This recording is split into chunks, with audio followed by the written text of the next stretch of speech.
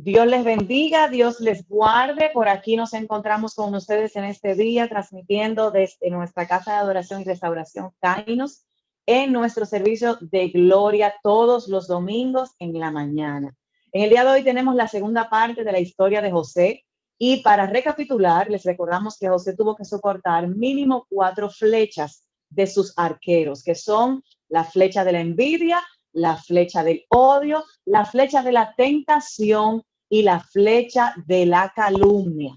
Póngalo por ahí, porque si usted no pudo ver la entrega de la semana pasada, les invito a ver la grabación, porque para poder entender un poco mejor lo que vamos a hablar en el día de hoy, debe ver, no es que debe haber visto, debe ver por lo menos esta primera parte. Bien, recuerden que sus hermanos, los hermanos de José, que todos eran mayor que él, habían tratado de asesinarlo en un arranque de odio y al final lo habían vendido a unos comerciantes. Parece que realmente hasta un momento determinado le habían arrebatado todo y se había quedado solo.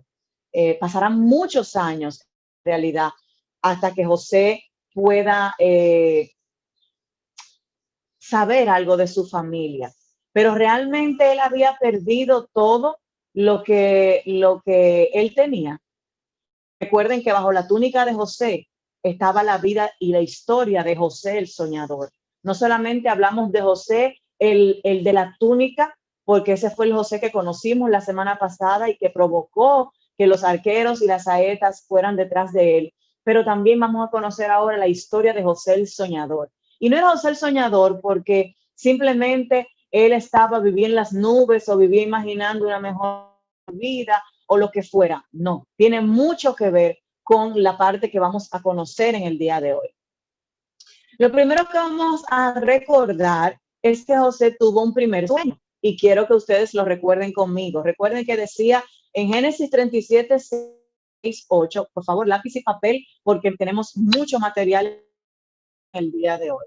El primer sueño de José habla, dice según Génesis 37, 6 al 8, dice, pues les dijo, anoche tuve un sueño y soñé que estábamos en medio del campo atando trigos en manojos. Así es que se hacía para poderlos agrupar y almacenar. De repente mi manojo, o sea, lo que lo representaba a él, ahí la imagen lo especifica muy bien, se levantó y se quedó bien derecho, mientras los de ustedes los rodeaban y se inclinaban ante él. Sus hermanos protestaron. Ahora resulta que vas a ser nuestro rey y nuestro jefe. Y por causa del sueño, ¿qué pasó?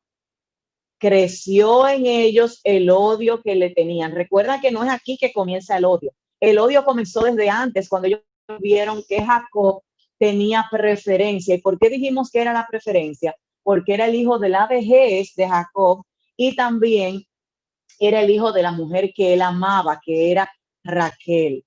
Amén. Entonces, ese es el primer sueño. El segundo sueño, recordamos que en Génesis 37, del 9 al 11, dice, José tuvo otro sueño y también se lo contó a sus hermanos. Les dijo, fíjense que tuve otro sueño. Resulta que esta vez el sol y la luna y las 11 estrellas se inclinaban ante mí. Ustedes se imaginan la cara de sus hermanos que eran ya adultos ante José, que apenas tenía 17 años en ese momento. Cuando les contó este sueño a su padre y a sus hermanos, su padre los reprendió y le dijo, ¿qué clase de sueño es ese? ¿Quieres decir que tu madre y tus hermanos y yo vamos a ser tus esclavos? Y sus hermanos le tenían envidia, pero su padre trataba de entender el significado de esos sueños. Recordamos que Jacob también tenía sueños y su padre tenía sueños y el padre de su padre también tenía sueños. Por lo tanto, quien porta este don de los sueños y las visiones de parte de Dios es José. Entonces,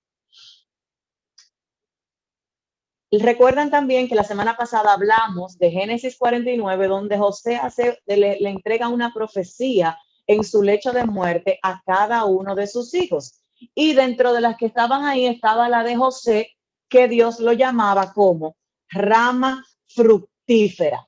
Rama fructífera. Así el Señor José le llamaba a José de parte de Dios. Entonces, mucho después de todo esto que nosotros de los sueños. Si vemos Génesis 37, 19 al 22, quiero que tomen la cita porque hay mucha lectura aquí y no puedo enfocarme en todo al mismo tiempo. Jacob le encarga algo a José. Sus hijos mayores estaban cuidando los rebaños en el norte, cerca de Siquem, lugar donde hacía poco habían hecho enemigos. Y era lógico que Jacob estuviera preocupado por ello. Ustedes se acuerdan que José lo primero que hizo en un momento determinado de parte de Jacob era chequear los hermanos, y entonces cuando estaban viendo, él estaba viendo la acción de los hermanos y fue lo reportó, entonces ahí viene, comienza un poco la rencilla. Pero también Jacob quería que comprobar que a ellos no le había pasado nada malo porque estaban muy alejados. ¿Y cómo se habría sentido José sabiendo que José ya había tenido un primer encontronazo con ellos? Denme un segundito. Ya había tenido un primer encontronazo con ellos y ya eso había desatado de por sí la envidia en ellos. O sea, ya había comenzado una primera parte de esta situación y ellos no evitaban por ningún medio nada de lo que tenía que ver con las situaciones con José, pero José como niño al fin o adolescente al fin sí sentía cierta distancia. Entonces, ¿cómo ustedes creen que él se había sentido? Sus hermanos lo odiaban a muerte y él ya se había percatado de esas cosas. Independientemente de la reacción de José, él estaba decidido a obedecer.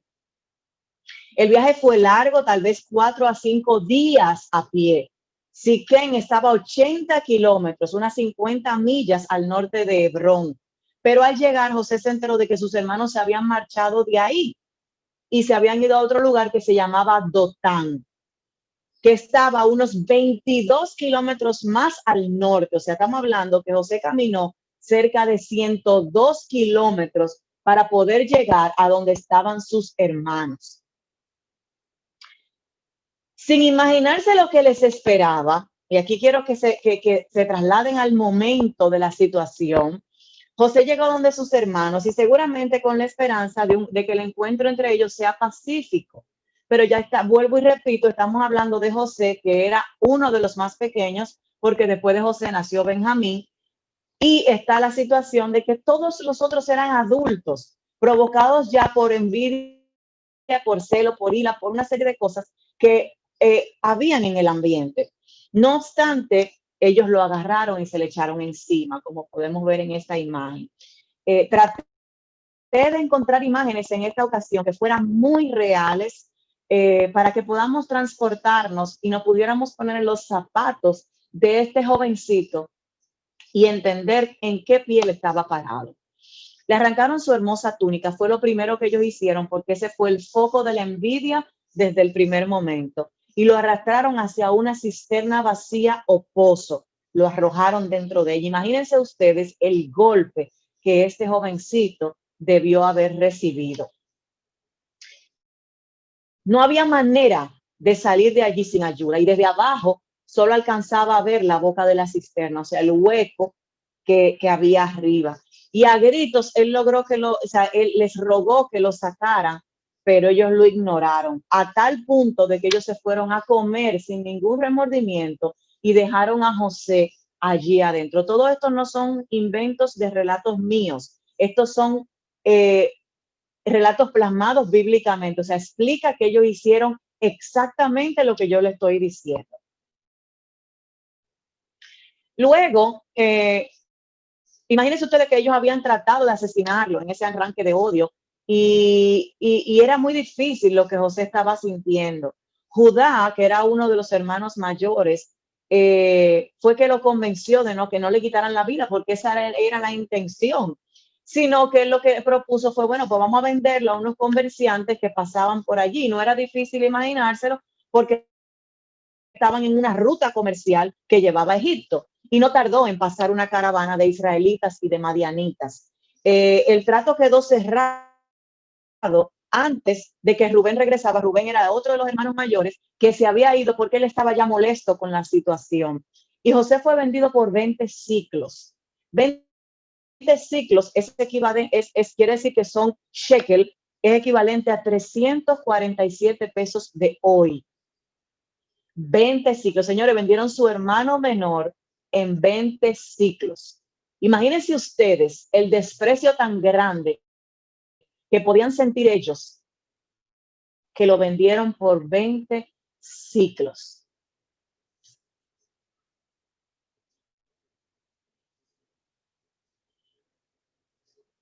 Ahora pónganse en los zapatos de José, vendido en una cara de esclavos, de comerciantes como un esclavo. Pero ellos tienen que volver a su casa. ¿Qué le van a decir los hermanos? ¿Saben lo que hicieron? Mataron una cabra y meten muchas veces la túnica de colores de José en la sangre de la cabra. Y le llevan esa vestidura a Jacob y le dicen, hallamos esto, míralo y ve si no es la vestidura de José. Y Jacob ve, yo me imagino la cara de Jacob, su hijo predilecto, la túnica que le acaba de regalar, sabiendo que lo había mandado a caminar mínimo 80 kilómetros, se habrá sentido culpable, se habrá sentido miserable. Yo imagino que como padre él estaba desconcertado, desesperanzado. Y lo que dice, un animal salvaje tiene que haber matado a José, perdón. Y es exactamente lo que los hermanos mayores quieren que él piense. Quieren que él piense que José ya no está, para que entonces comience a manifestar su favor sobre los demás. Y es lamentable porque ciertamente lograron que Jacob se sintiera así. Parece que le habían arrebatado todo, que se había quedado solo. Pasarán años antes de que José vuelva a saber algo de su familia. Pero realmente lo había perdido todo. José aún tiene algo que sus hermanos no habían podido arrancarle. Él conoce muy bien a Dios, Jehová, y no había nada que lo pudiera cambiar esto. Ni la pérdida de su hogar, ni los sufrimientos que vivirá durante el largo viaje a Egipto, ni siquiera la humillación de haber sido vendido como esclavo. Las pruebas fortalecerán su fe y deseo de mantenerse cerca de Jehová. ¿Qué hará el joven para no dejarse aplastar por la tristeza y la angustia? ¿Cómo podemos nosotros evitar que las dificultades y los obstáculos acaben con nuestra fe? Sin duda tenemos mucho que aprender de la historia de José. Se sabe que los egipcios adoraban cientos de dioses que practicaban artes mágicas y estaban obsesionados con la muerte y el más allá. Hubo una sola cosa que impidió que la soldata aplastara al muchacho. ¿Cuál fue? La Biblia responde diciendo en Génesis 39:2, Jehová resultó estar con José. ¿Cuántas veces tuvo José que haber orado para desahogarse? Según el Salmo 145:18, asegura que Jehová está cerca de todos los que les invocan. Una vez José llega a su destino, los mercaderes vuelven a vender a José como esclavo a un egipcio llamado Potifar. Señores, es devastador, ¿eh? Este hombre, que es ni más ni menos el jefe de la guardia personal de Faraón, el rey de Egipto. José debe sentirse humillado al ser vendido por segunda ocasión. Lo están tratando como una vil mercancía. Ustedes se imaginan, 17, 18 años, todavía su personalidad, su identidad no está construida. Todavía no hay un carácter formado al 100%. Todavía hay muchas cosas que José tiene que desarrollar en su interior para poder reflejar una seguridad. Y ya me han vendido 2 veces como esclavo.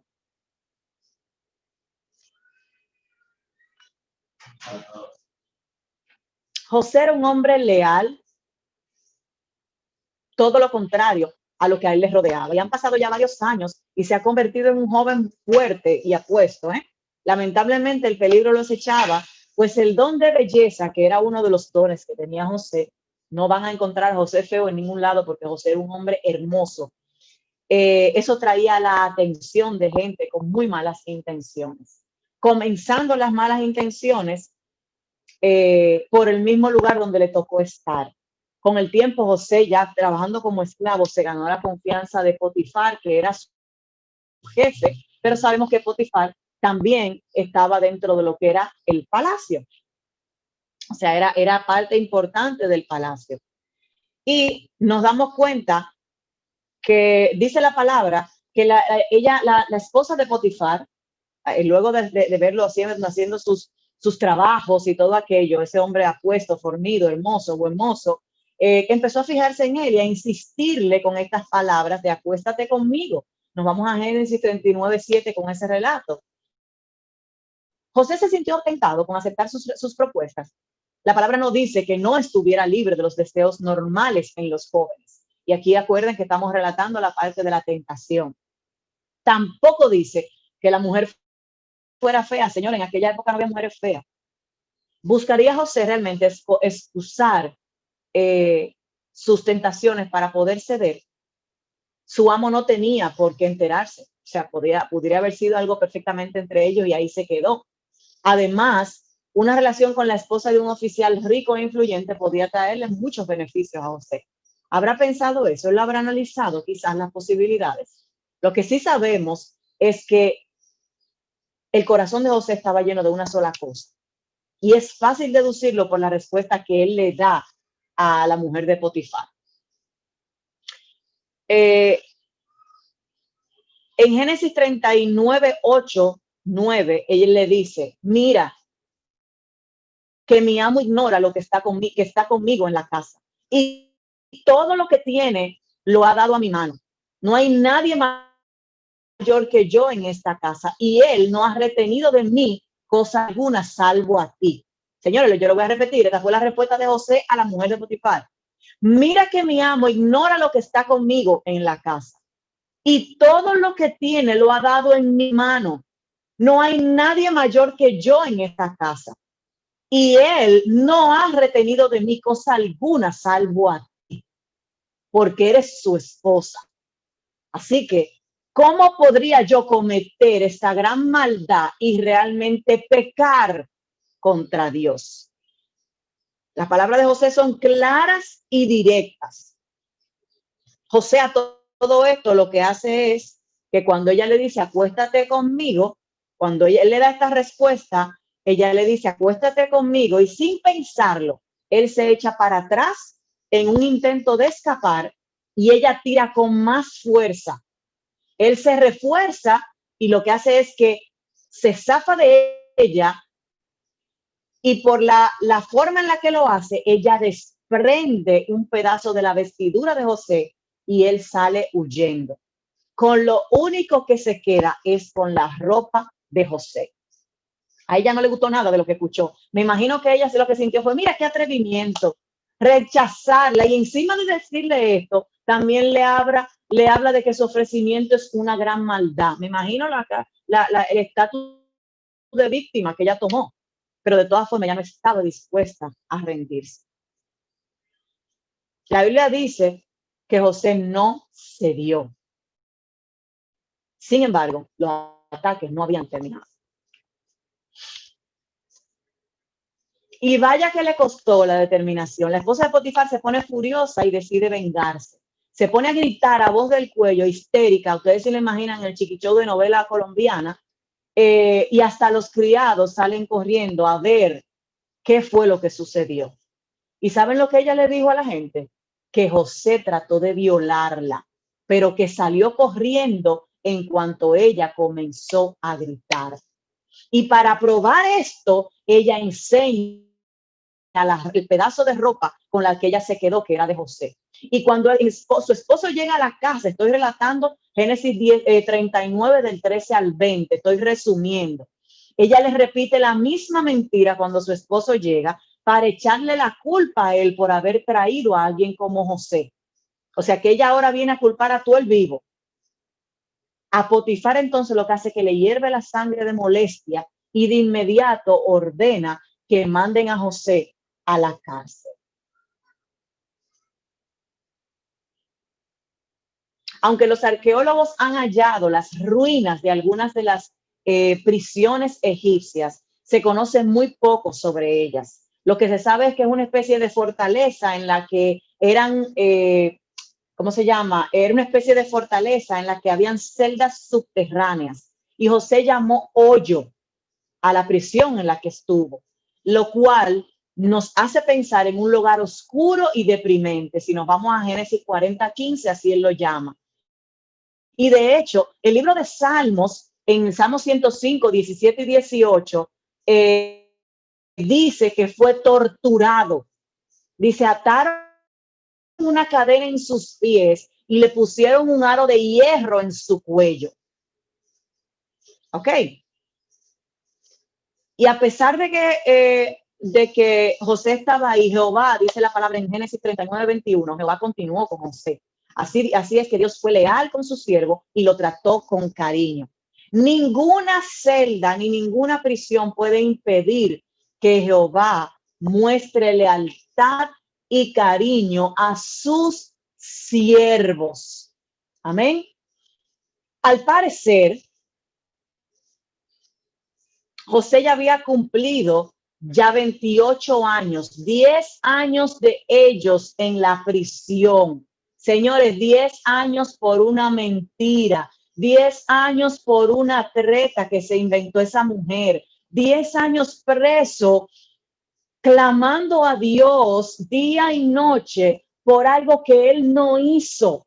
¿Cuántos de nosotros estamos en cárceles, en cautividades emocionales, porque nos han difamado, porque nos han acusado, porque nos han traicionado, porque nos viven señalando? 10 años, señores, desde los 18 años metido en esa cárcel. Esta no es mucho menos la vida que él había planeado vivir.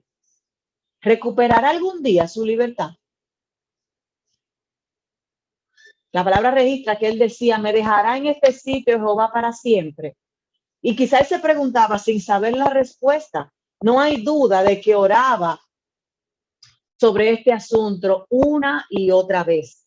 Y como suele suceder, quiero que sepan que la respuesta llega del momento y en el modo menos esperado. Al parecer, los presos recibían tareas en la cárcel. Así que José puso manos a la obra y trabajó lo mejor que pudo, y Jehová bendijo su esfuerzo.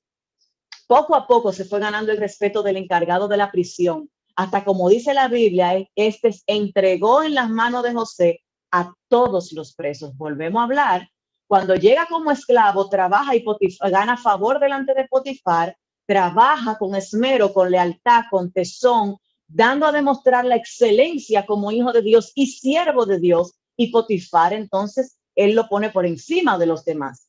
Pero ahora está en la cárcel por 10 años. Y eso no le impide a él en esa cautividad también dar lo mejor.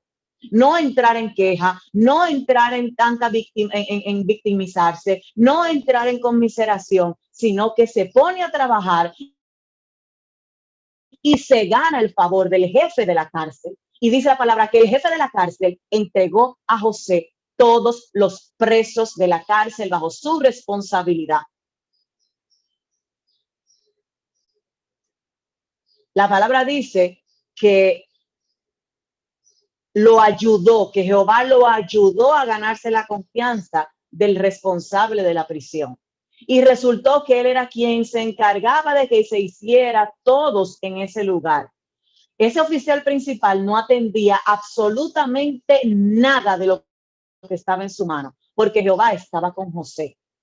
Y lo que él efectuaba, Jehová hacía que tuviera éxito. O sea, Jehová había puesto favor y gracia sobre José, aún dentro de la cárcel. No importa dónde tú te encuentres hoy. Si tú te pones tus dones y talentos en las manos de Dios, no importa lo feo que tú entiendas que es el lugar donde está, el sacrificio que tú estás haciendo para estar en ese lugar, la situación que se esté presentando en tu casa, no importa el escenario. Si tú le estás entregando ese lugar y tus dones y talentos a Dios, Él, con su favor y gracia, va a hacer que tengas éxito, aunque tú no entiendas cómo ni dónde.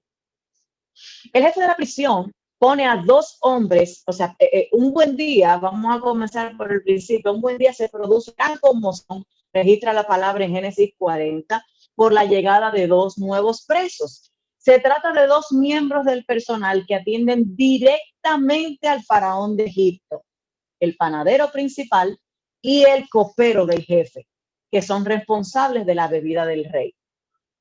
Y en la prisión entonces ponen a estos dos hombres prominentes bajo el cuidado de José. Cierta noche ambos tienen un sueño muy real y desconcertante. A la mañana siguiente, José nota que algo no marcha muy bien y entonces les pregunta por qué razón están tristes sus rostros. Y es probable que la amabilidad con la que José les ha hablado, estamos hablando de que son presos, y para ser presos del rey tiene que haber cometido algo grave o algún cuento chino como el que metió a la mujer por de parte de José. Y esto le ha producido confianza para revelarle la preocupación que sentían por sueños. José no lo sabe, pero esa conversación cambiaría su vida para siempre. Y cabe preguntarse, ¿se hubiera dado aquella conversación si no hubiera mostrado interés en ellos? Si él hubiera estado apático, quejándose igual que los demás, si él hubiera mantenido una actitud de desdén en ese lugar que ya tenía 10 años, una actitud de amargamiento, una actitud de aborrecimiento a esa prisión que injustamente yo caí, si hubiera tenido una actitud de estar culpando a Dios por haber estado en la cárcel, se hubiera dado ese escenario. Su ejemplo debería ser que nosotros nos preocupáramos más en el interés por los demás, aún dentro de nuestros desiertos, nuestras cisternas y nuestras cárceles. Que pudiéramos, perdón, que pudiéramos aprender a ver por encima de nuestra situación que seguimos siendo instrumentos de Dios. Esta es una manera de nosotros demostrar que tenemos fe en Dios. Los hombres le explicaban a José que habían tenido un sueño y no saben lo que pueda significar. Los egipcios le dan muchísima importancia al tema de los sueños y siempre están buscando a alguien que pueda interpretarlos. Estos hombres no saben que fue Jehová, el Dios de José, quien los envió, quien les envió el sueño, pero José sí lo sabe. Por eso los tranquiliza diciendo, ¿no pertenecen a Dios las interpretaciones? Cuéntenmelo, por favor. Y eso está registrado en Génesis 48 para quienes desean ratificar toda la historia. ¡Wow! ¡Qué palabras tan sabias! Le dicen. Todo estudiante de la Biblia, del moderno, de este tiempo, debe actuar con esa misma actitud. Debemos hacer a un lado el orgullo y solicitar a Dios para descubrir la interpretación correcta de su palabra. O sea, no es que yo voy a escuchar el sueño de Julie, por ejemplo, inmediatamente irme, aunque reciba la revelación, irme a interpretar ese sueño. Yo primero tengo que irme a la presencia para yo entonces encontrar en el corazón de Dios, escudriñando su corazón, orando, adorando, de que vino de Dios o es de parte mía, de mis intereses y de mis inquietudes que ese sueño ha venido. El primero que habla es el copero. Y dice, él soñó con una planta, una vid con 3 ramitas de donde brotaban unos racimos de uvas. Las uvas maduraron y él las exprimió en la copa del rey. Con la ayuda de Jehová, José comprende de inmediato el significado del sueño y le dice al hombre que las 3 ramitas significan 3 días. Dentro de 3 días el rey le devolverá su puesto, mientras que el copero respira con alivio. José le suplica, por favor, tienes que ejercer bondad amorosa conmigo y mencionarme a Faraón. Animado por las buenas noticias que su compañero acaba de recibir, el panadero le cuenta su sueño a José. El sueño que tenía estaban 3 canastas o 3 cestas en la cabeza. Estas estaban llenas de pan y había pájaros que estaban comiendo el pan de una de ellas. Jehová le da de nuevo la interpretación a José, pero en este caso las noticias son malas. José le dice, mira, las 3 cestas son 3 días. Dentro de 3 días Faraón te cortará la cabeza. Qué difícil.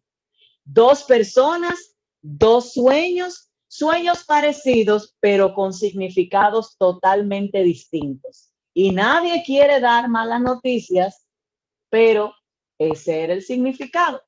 Y las aves ciertamente comerán tu carne, le dice José. Igual que cualquier otro siervo fiel a Dios, José revela con valor los mensajes divinos, sin importar si trata de buenas o malas noticias. Siempre queremos que Dios nos hable cosas lindas, que las profecías sean hermosas, que no hablen de regalo, que hablen de dicha, de bendición, pero cuando se trata de confrontación y se trata de corrección, ahí no queremos escuchar. Pasan los 3 días y la palabra de José se cumple al pie de la letra. El faraón está celebrando su cumpleaños, una costumbre en el pueblo de Dios en tiempos bíblicos que de tiempos bíblicos no tenía, y allí mismo enjuicia a sus 2 siervos. El panadero es ejecutado tal como predijo José, pero el copero es perdonado y regresa a su puesto. Por desgracia, el descuidado hombre se olvida de José.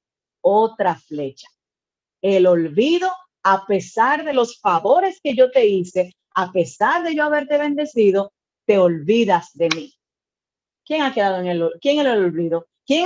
¿A quiénes le han olvidado? Levante su mano y diga, yo he hecho favores y he agradado gente y la gente no se acuerda de mí cuando los necesito. Tranquilo, José también vivió eso. Y no lo vivió por 2 o 3 días. Después de eso pasaron 2 años.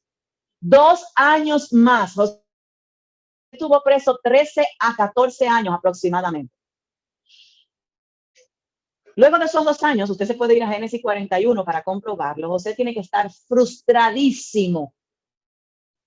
Y después de recibir la ayuda de Jehová para interpretar el sueño de aquellos 2 hombres, de seguro que él se veía fuera de la cárcel. O sea, yo estoy segura que él entendía que esa era su puerta, porque así Dios se lo había mostrado, pero no contaba con el pequeño recurso de que el copero iba a tener una pequeña amnesia temporal. Día tras día debió despertar con la esperanza de que cualquier momento lo iban a liberar. Y noche tras noche debió sentir la angustia de continuar allí encerrado. Y es probable que esos fueran los 2 años más difíciles de su vida. Puede que el copero del rey se olvidara, pero Jehová no lo había hecho. Ya sabemos que él tenía favor y gracia.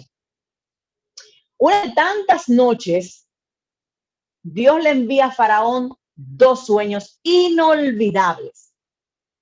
En el primero, el rey ve salir del río Nilo 7 vacas gordas y sanas, seguidas por 7 vacas flacas y enfermas. Entonces las vacas flacas se tragan a las gordas. En el segundo sueño se ve 7 espigas grandes y cargadas de grano, tras lo cual vienen 7 espigas delgadas y marchitas que se tragan a las primeras. Por la mañana, el rey despierta muy agitado a causa de los sueños y llama a sus sabios. Ustedes recuerdan que siempre los reyes tenían quien interpretaba los sueños. Llama a los sabios, a los adivinos, a los magos, a todo el que podía interpretar. Llama a todo el mundo, pero ninguno da pie con bola. Eso es en Génesis 41, como les decía ahorita. Apenas podemos imaginarnos cómo se sintió José al ver llegar a los mensajeros reales, porque de inmediato se cambia la ropa y se afeita. Y es probable que se afeite incluso la cabeza, porque era una costumbre egipcia. ¿Cómo tiene que haber orado ese muchacho a Dios para que bendijera su audiencia ante el rey?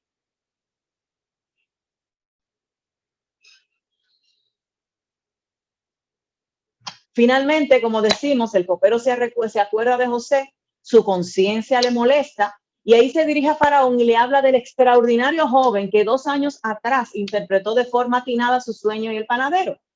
Y el faraón ordena que traigan al muchacho. Y ahí es cuando entonces llegan los mensajeros y José procede a afeitarse y a hacer todo lo demás.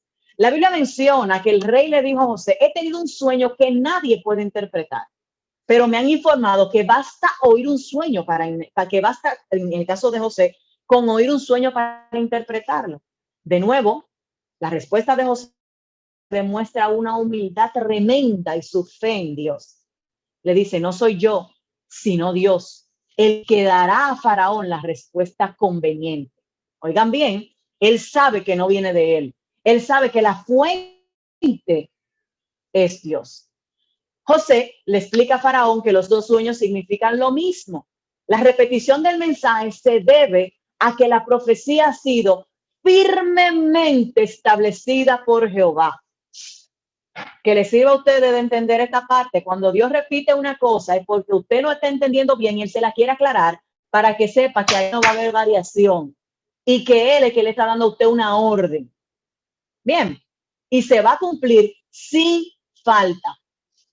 Las vacas gordas y las egipcias cargadas, y las espigas cargadas de grano, representan 7 años de abundancia para Egipto. Las vacas flacas y las espigas marchitas representan 7 años de hambre que vendrán a continuación. O sea, una cosa detrás de la otra. Habrá tanta hambre que la gente olvidará los años de abundancia. Podemos ver esto en Génesis 25 al 30, perdón, Génesis 41 del 25 al 32. El rey sabe que la interpretación de José es correcta, pero ¿qué se puede hacer? Entonces José le recomienda que siga este plan de acción. El rey debe buscar a un hombre discreto y sabio que almacene en graneros el exceso de grano que producirá la tierra durante los primeros 7 años para luego distribuirlo durante los años de hambre.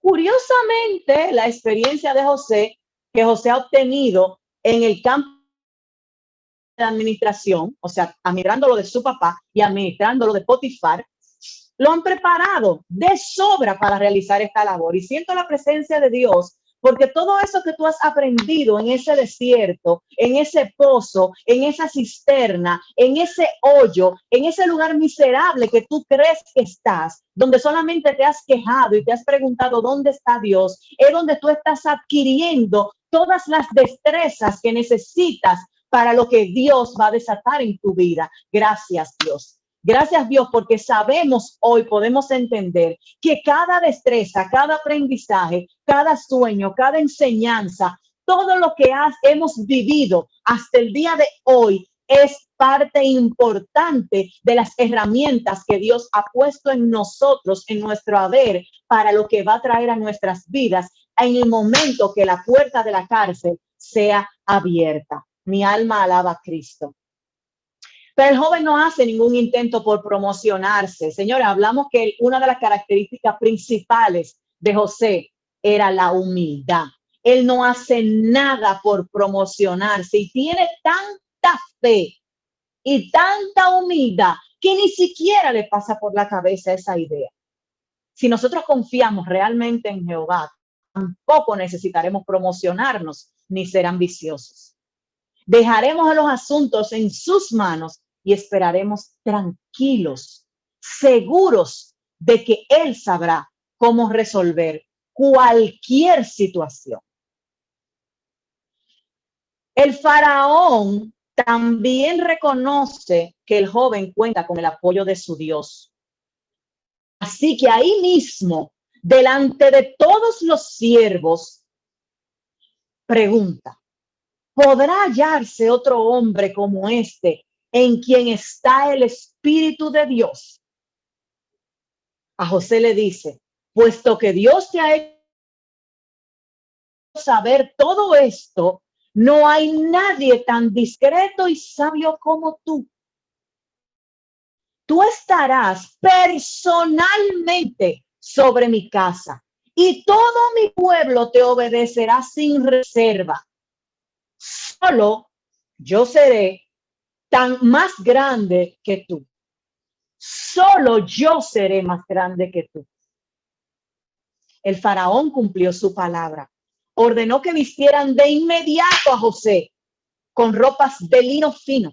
Se quitó su anillo de sellar y se lo entregó. Ustedes saben que todo tenía que tener el sello del rey. Todo decreto, toda autorización, el rey tenía un anillo que era lo que sellaba y lo daba por hecho como un decreto de faraón y se lo entregó a José.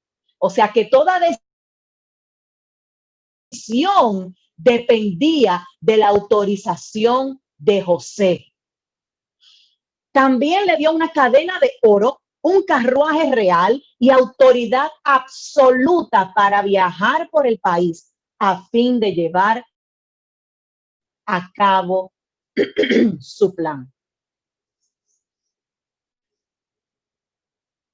Increíble. José empezó el día en prisión y lo termina en el palacio del rey.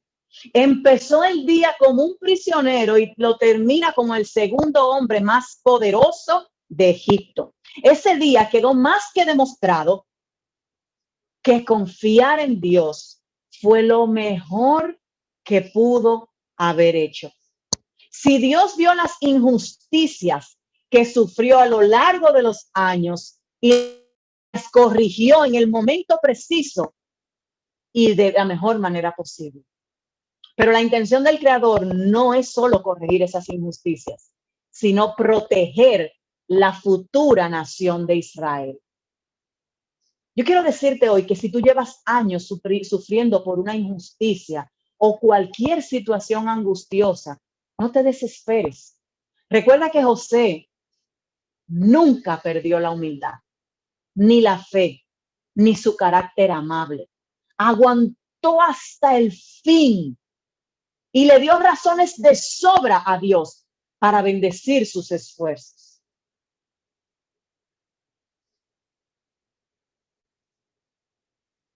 Aquí vemos a un José que era que administraba, que daba las órdenes, era el administrador del reino, era el que ordenaba las estrategias, era el que llevaba los cálculos. ¿Pero por qué? Porque su padre le había enseñado de administración de sus bienes. Porque Potifar le había enseñado cómo llevar la casa del rey antes de que Dios lo pusiera ahí. Tiempos de humillación, tiempos de envidia, tiempos de odio, tiempos de traición, tiempos de soledad, tiempos de rechazo, que le permitieron a él concentrarse en esos aprendizajes para poder llegar al momento en que hoy se encuentra. 8 años después, durante el hambre, ya pasaron los 7 años de vaca gorda. Ya José llevó a cabo el plan. Ya José tenía todo esquematizado. Y 8 años después, ya empezó el primer año de la vaca flaca, del tiempo del hambre. José ve a unos hombres que vienen. ¿Sabe quiénes son? Sus 10 hermanos mayores.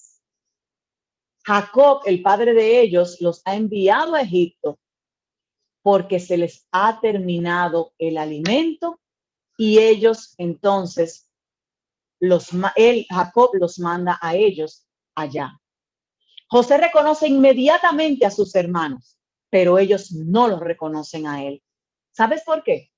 Porque José tiene más edad. Estamos hablando de un José que fue vendido entre los 17 y 18 años, pasa a ser esclavo, se pasa 1 año siendo esclavo, se pasa 10 años siendo preso y ahora ya es un hombre de cerca de 30 años y está vestido con ropas de una clase completamente diferente. Aquí vemos, ¿se acuerdan las espigas?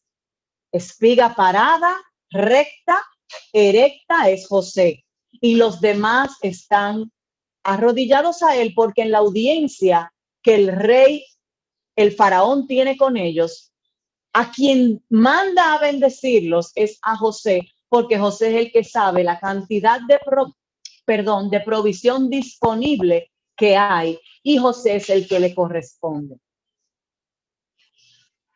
José recuerda que cuando él era niño había soñado que sus hermanos venían a inclinarse delante de él. ¿Recuerda que nosotros lo mencionamos, verdad? Por eso José puede ver que es Dios quien lo ha enviado a Egipto y por muy buena razón. ¿Qué tú crees que hace José en este caso? José quiere saber si sus hermanos mayores todavía son viles y faltos de bondad. Cuando José ve esto, viene con ese impacto y realmente José no pudo evitarlo y dentro de la audiencia José se esconde y llora. José no puede evitar la emoción de ver a sus hermanos después de todos esos años. El dolor, me imagino que llegó el dolor a su pensamiento, la tristeza, el deseo de ver a su padre, a su hermano Benjamín, que era su amado.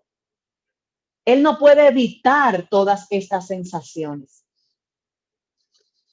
pero él recuerda que sus hermanos no eran buenos.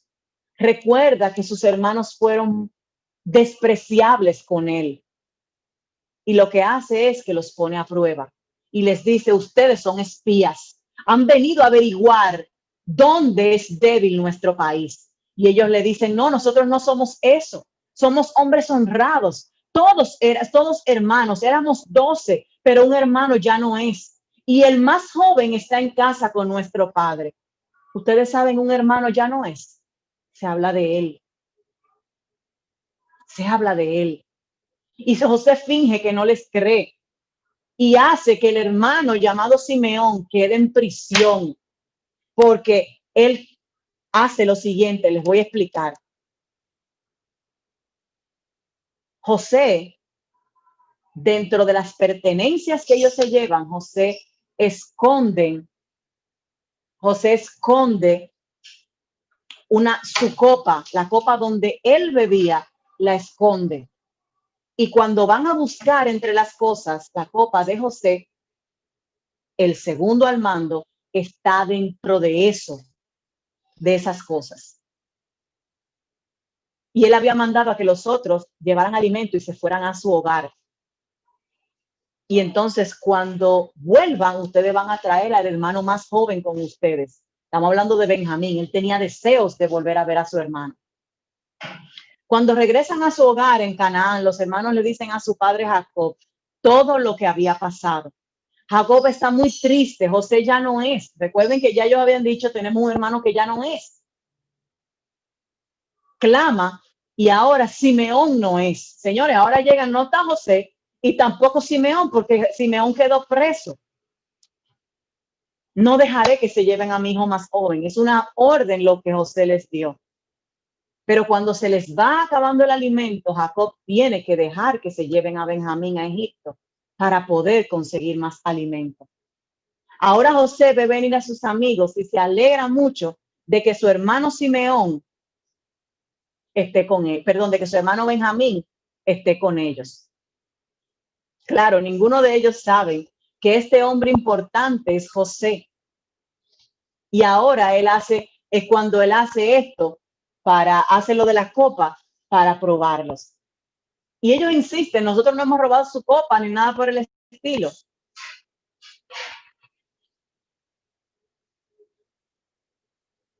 Todos vuelven a su casa con Benjamín, a la casa de José. José le dice a sus hermanos, pueden irse a su hogar, pero Benjamín tiene que quedarse aquí como esclavo mío. Y ahora Judá habla. Recuerdan que Judá fue el que en aquel momento no permitió que mataran a José, pero sugirió que lo vendieran como esclavo. Si yo vuelvo allá sin ese muchacho, lo voy a parafrasear para que lo pongamos en dominicano. Si yo vuelvo a mi casa sin ese muchacho, a mi papá le da el yello, porque él es débil con ese muchacho. Por eso, por favor, déjame a mí como esclavo y deja que ese muchacho se vaya para su casa. José puede ver que sus hermanos han cambiado. Ya no son viles ni faltos de bondad. Y vamos a ver qué él hace ahora. José realmente ya no puede contenerse. Y le dice a todos sus siervos que salgan del lugar donde él está dando la audiencia. Y como solamente está con sus hermanos, ahí él comienza a llorar. Ahí él comienza a derramarse y les dice, soy yo. Yo me imagino que la sorpresa que estos muchachos se llevan cuando se dan cuenta que es José.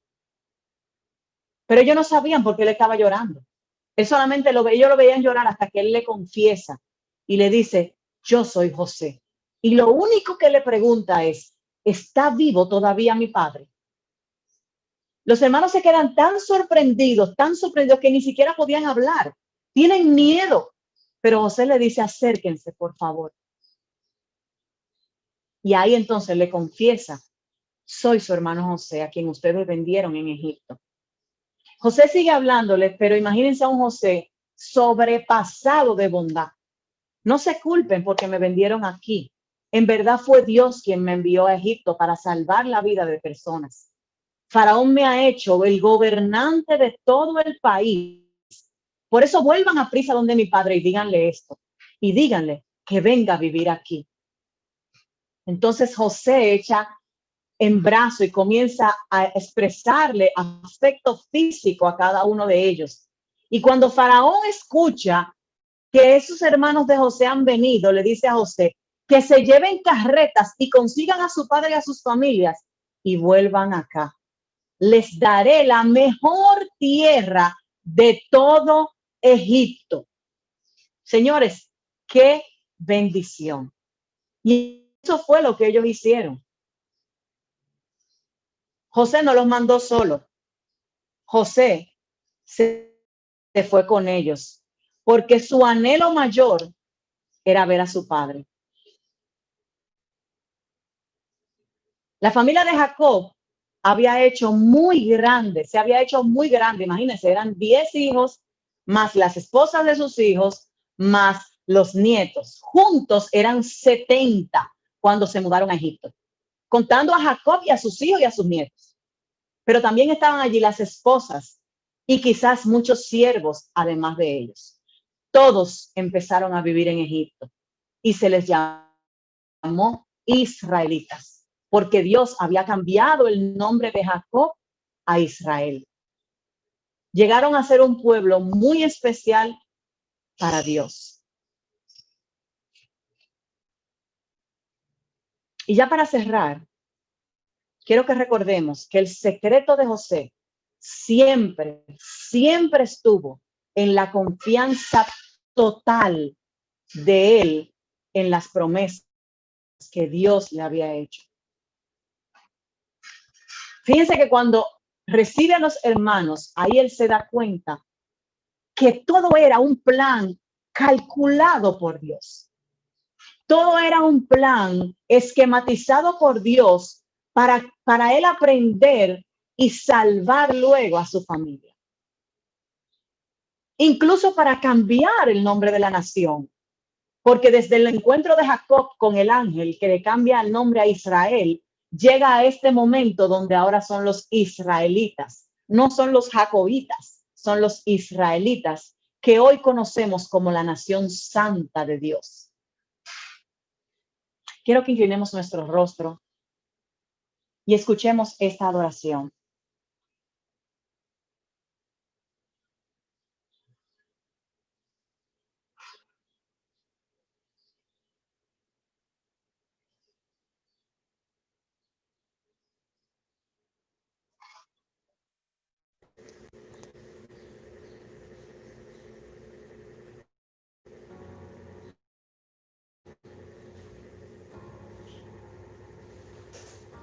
No estás escondido,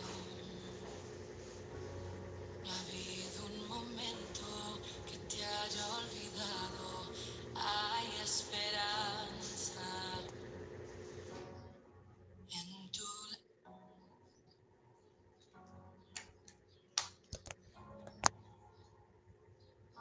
No estás escondido, no ha habido un momento que te haya olvidado. Hay esperanza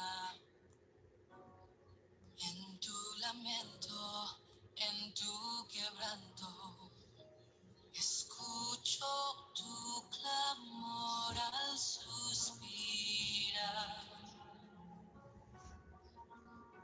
pidiendo auxilio en tu susurrar.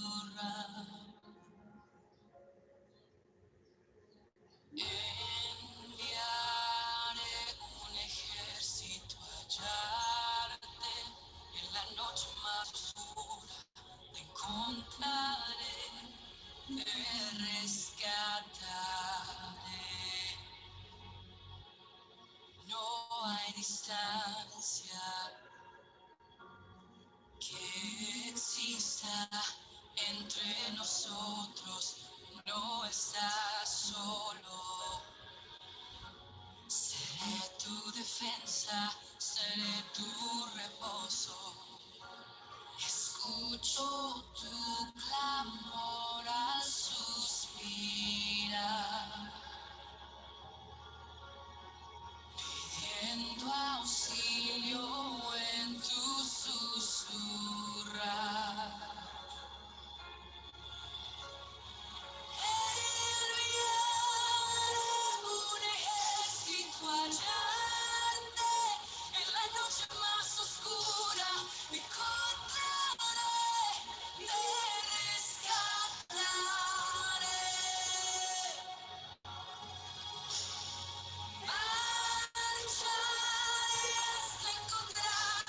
en medio de la noche más profunda, te encontraré, te rescataré.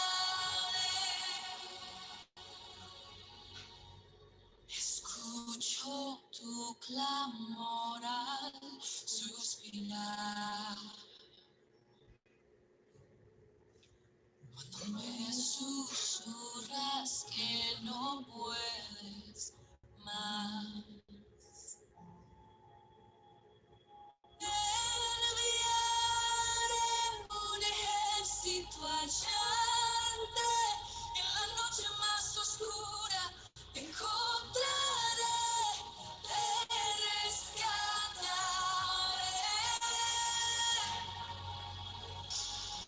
Marcharé hasta encontrarte en medio de la noche más profunda. Te encontraré, te rescataré.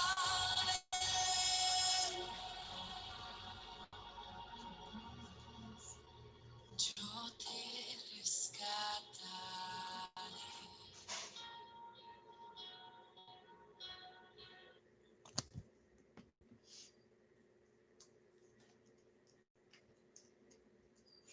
Damos gracias a Dios en este tiempo, en esta mañana, sabiendo que Él nos va a rescatar, sabiendo que Él nos va a guardar, sabiendo que Él va a traer ese ejército que va a ir detrás de nosotros, no importando si hay situaciones, no importando si estamos siendo humillados, no importando si realmente nosotros estamos pasando por alguna situación que nosotros creamos imposible. Para Él no hay nada imposible. Padre, en este momento estamos delante de ti, desnudos en tu presencia, agradeciéndote tu favor, agradeciéndote tu cuidado, agradeciendo que seas nuestro refugio. Padre, te agradecemos en este día porque hemos conocido que no somos los únicos que estamos pasando situaciones, no somos los únicos que estamos en una cárcel emocional, espiritual, que no somos los únicos que tenemos grilletes de manos en el cuello, en las piernas. No somos los únicos. Te damos gracias porque tu enseñanza en el día de hoy nos ha hecho entender, ha abierto nuestro entendimiento para poder comprender que tu plan es aún mayor para nosotros, que tu plan es aún mayor, así como estableces en Jeremías 29:11. Tus planes son mejores y mayores para nosotros. Y aunque nuestro entendimiento no llega a entenderlo, en el día de hoy hemos recibido luz para poder tener paz y poder guardar en nuestro espíritu el que tú tienes el mapa completo, el rompecabezas completo de nuestra vida y nuestro propósito. Te damos gracias porque hoy hemos sentido un bálsamo en nuestras heridas. Hoy no hemos sentido un bálsamo en nuestra soledad. Hoy hemos sentido un bálsamo en esas áreas donde hemos recibido traición, donde han mentido acerca de nosotros, donde han señalado a nuestra persona y nos han involucrado en situaciones en las que no tenemos que ver. Hoy sentimos un bálsamo, Señor, atravesando nuestras vidas para poder entender que hay cosas que dentro de cada prueba que hemos vivido, tú has estado. Y hay cosas que debemos aprender para poder poner en práctica en ese momento que tú nos entres en la tierra de la promesa, donde fluye leche y miel y todas tus bondades. Señor, te agradecemos, te glorificamos y te bendecimos eternamente, porque hoy podemos entender un poco más de tu plan. En el nombre poderoso de Jesús. Amén y amén. Dios te bendiga.